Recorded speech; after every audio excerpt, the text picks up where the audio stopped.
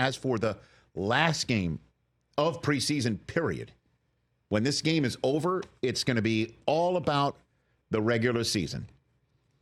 It is the New England Patriots taking on the Washington Commanders.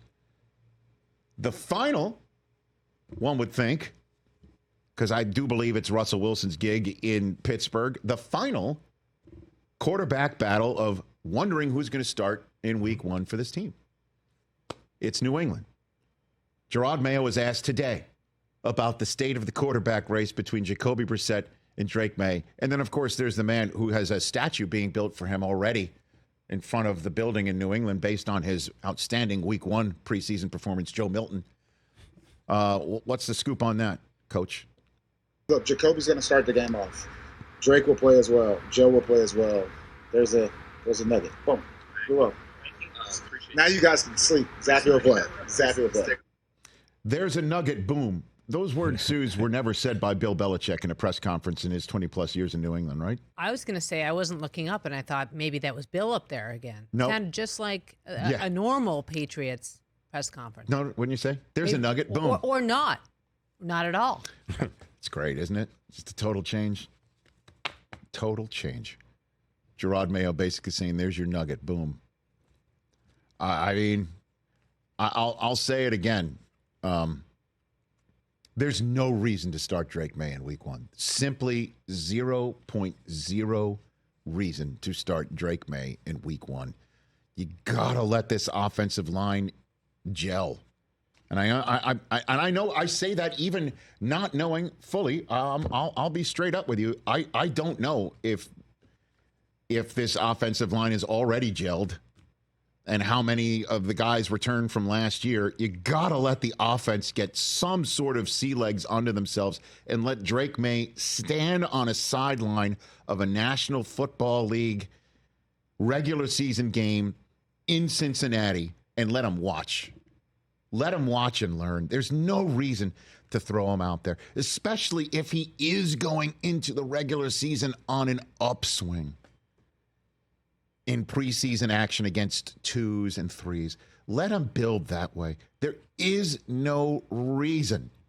When Mac Jones took over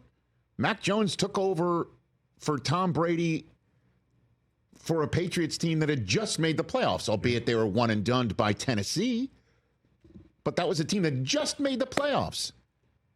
And Belichick wasn't going to just, raise it down to the ground and start from scratch and trade away his best defensive player at age 32 just 2 weeks before the season to Atlanta, just like they did with Matthew Judon.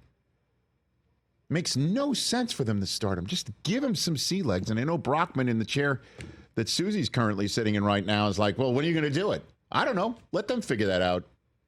It doesn't have to be in Cincinnati. But there's no rush. There isn't. They're not expected to do anything this year. Correct. This is the perfect year for them to let them marinate. I mean, of all the years, in a reset year with a new coach and with a young guy where nothing is expected of anything, this is the year to let him sit there and learn.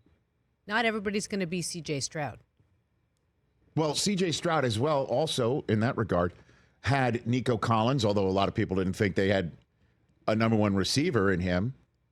Obviously I did because I watched what he did in Michigan. Clearly. And then, they had two number ones apparently. Tank. Yeah, tanked out. Before they decided to use him on the goal line to block. Inexplicably. Whatever. Cost right? me my fantasy season. You and me both, neither sir. here nor there. You and me both, sir.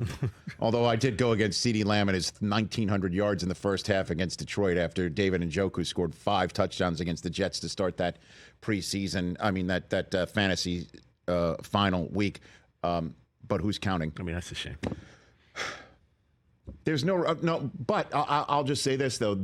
They should get him in this season. Get him in is one thing. Right. Working him in is one thing. Right. But there's no reason to risk hurting him. I don't think he should. Let him go against the Commanders 2s, if not 3s. Get a nice little head of steam going. Get, Sully and Fitz calling in, long-time listeners, first-time callers, saying maybe it should be Drake Maye, whatever, but let Jacoby Brissett do it. That's why you got him. You didn't get him to sit there to be a Sherpa and whisper in Drake May's ear as the backup right off the bat. Let him figure out with his neck up ability and his veteran ability to figure out a way to get the ball out quickly and get a running game going potentially through that passing game. Let him extend plays best he can behind an offensive line that might force the quarterback to do that, rather than have Drake Maye going to Cincinnati to start. Now watch. He'll start against Cincinnati and light it up. If that's the case, then I will come on this show and offer a mea culpa. But home against Seattle, at the Jets, a quick turnaround on a Thursday night before going to San Francisco, let him sit all that stuff out. But, Rich, let me ask you this. Like, they say experience is the best teacher, right? And nothing can replicate or duplicate having Trey Hendrickson come chase you across the line of scrimmage than actually having Trey Hendrickson. Unless he beats it out of you. I don't know. In the same way that Caleb Williams is clearly, you're starting the first overall pick and you're starting the second overall pick, certainly when you are starting from scratch, but you do have the weapons around you and a head coach who can coach up the defense well enough to start winning some games. This is a different situation. This is a team that's raising it down to the ground, as Susie pointed out.